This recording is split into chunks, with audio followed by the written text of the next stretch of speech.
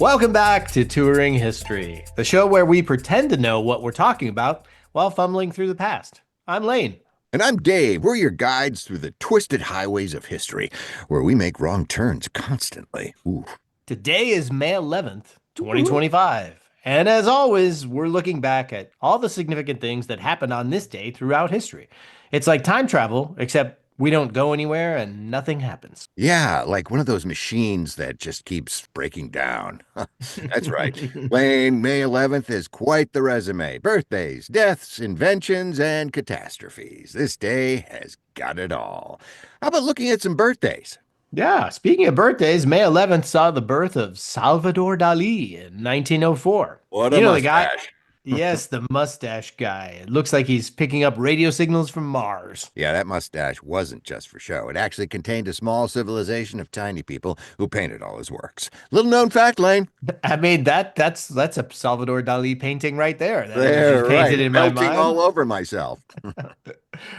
Yeah, was that true? No, not at all. But it's exactly the kind of nonsense Dali would have loved. Yes. Also born on this day was Irving Berlin in 1888. The man wrote approximately 9 million songs, including White Christmas, which still makes Bing Crosby money from beyond the grave. Boo, boo, boo, boo, boo, boo. Now, that's what I call job security.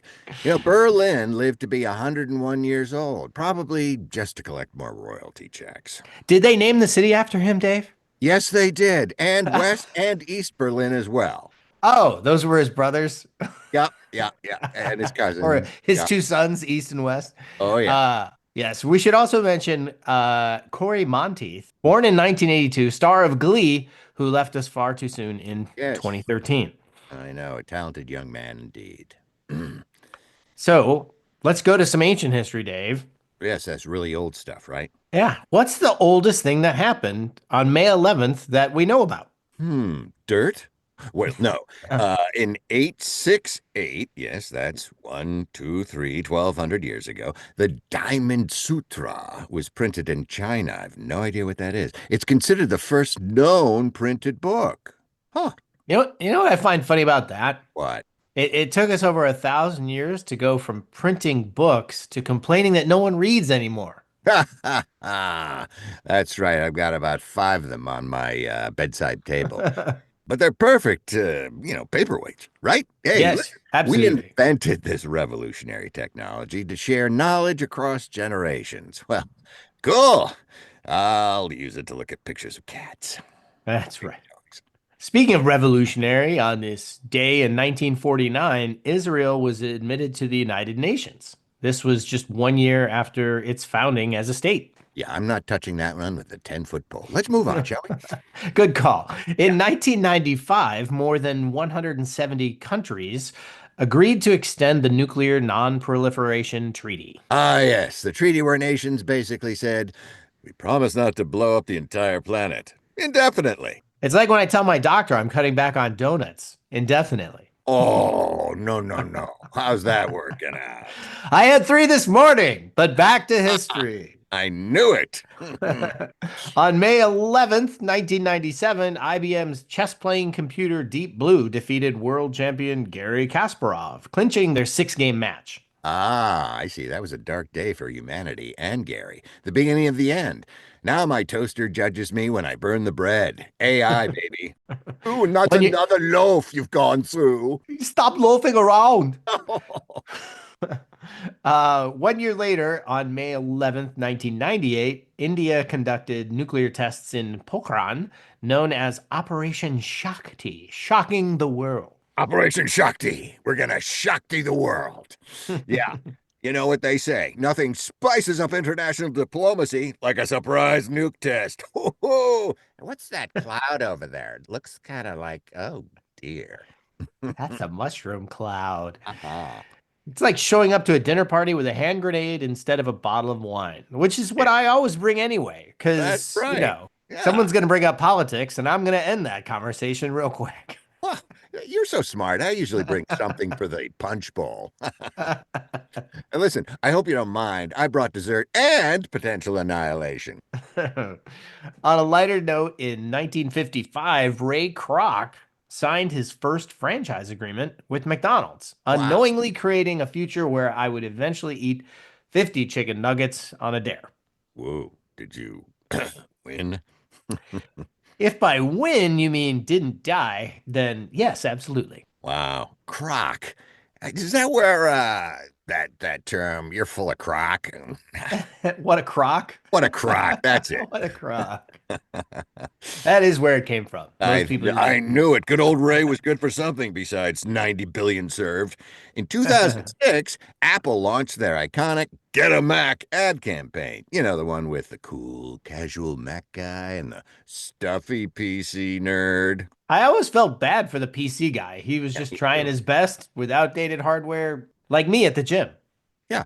And that, pocket protector and glasses.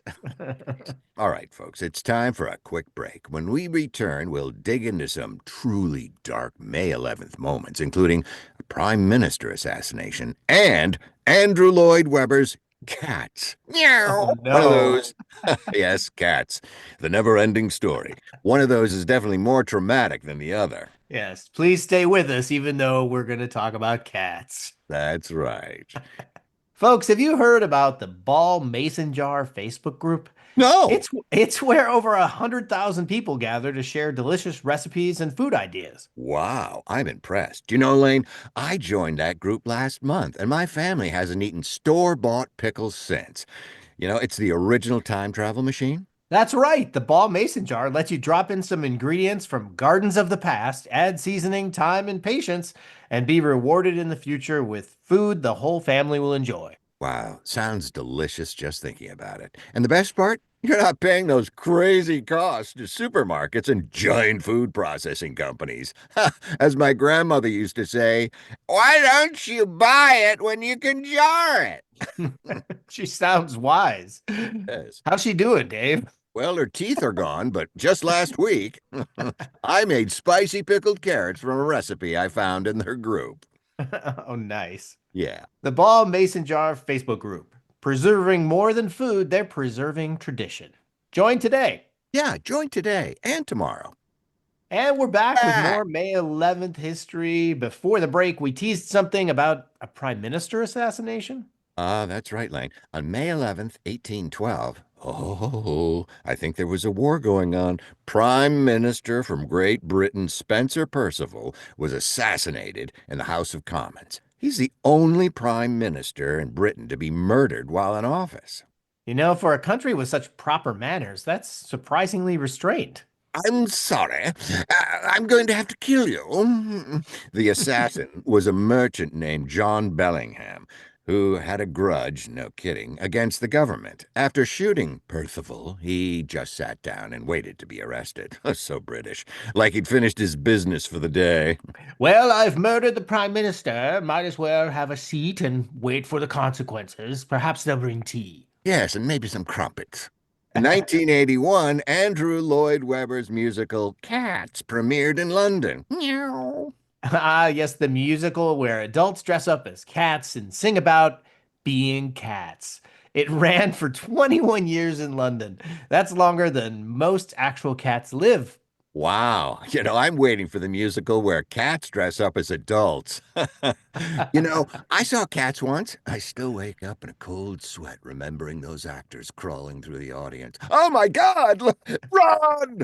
That's not cats, Dave. That's your recurring nightmare about the time you fell asleep at the zoo. That's right. And they're all looking for that giant box to go doo-doo in.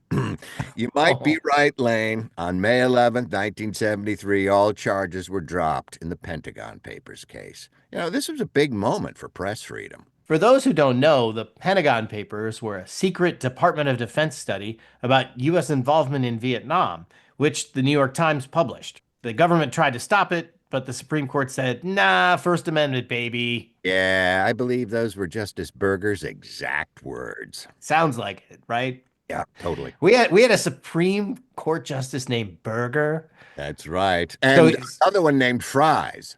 I mean you could have a Fries and Burger burgers. Supreme. I can Yeah. have a Burger Supreme, please. That Don't means forget. there's sour cream on it. That's right. And don't forget Justice Milkshake. He was there too.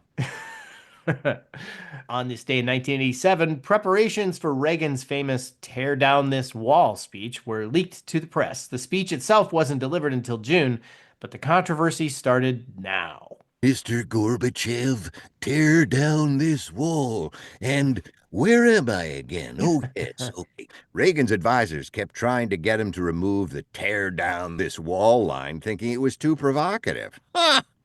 Imagine if he listened.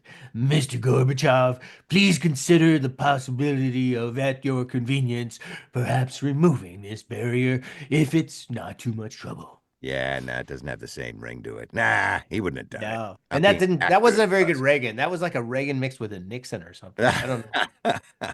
And finally, on May Funny. 11th, 2015, Nepal was hit by a second deadly earthquake just weeks after a devastating one in April. The country suffered immensely that year. My gosh, a sobering reminder of the power of nature. The international community did rally to help with aid and reconstruction, except when it kept happening. They're like, oh, brother, why don't you just move?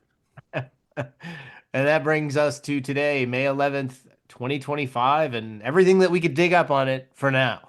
Yeah, Another day when things will happen that future history nerds will talk about while making questionable jokes. yes. And if there are future history nerds at the rate we're going, they might just be studying memes and TikTok dances. That's all the time we have for today's tour through history. I'm Lane. And I'm Dave, reminding you that the past is just the present, but moldier. Join us next time on Touring History, where we'll pretend to understand another day in human civilization. Goodbye, history lovers. Goodbye.